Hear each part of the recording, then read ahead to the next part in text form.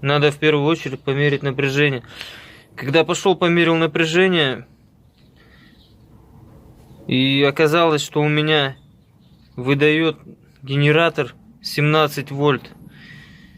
И так я ездил, наверное, где-то недели две. Свист генератора был. Поначалу посвистит, потом перестанет. Не знаю, всегда ли он выдавал столько, не всегда. Короче, повезло, что дома лежал реле-регулятор. Я уже думал грешить, что это диодный мост.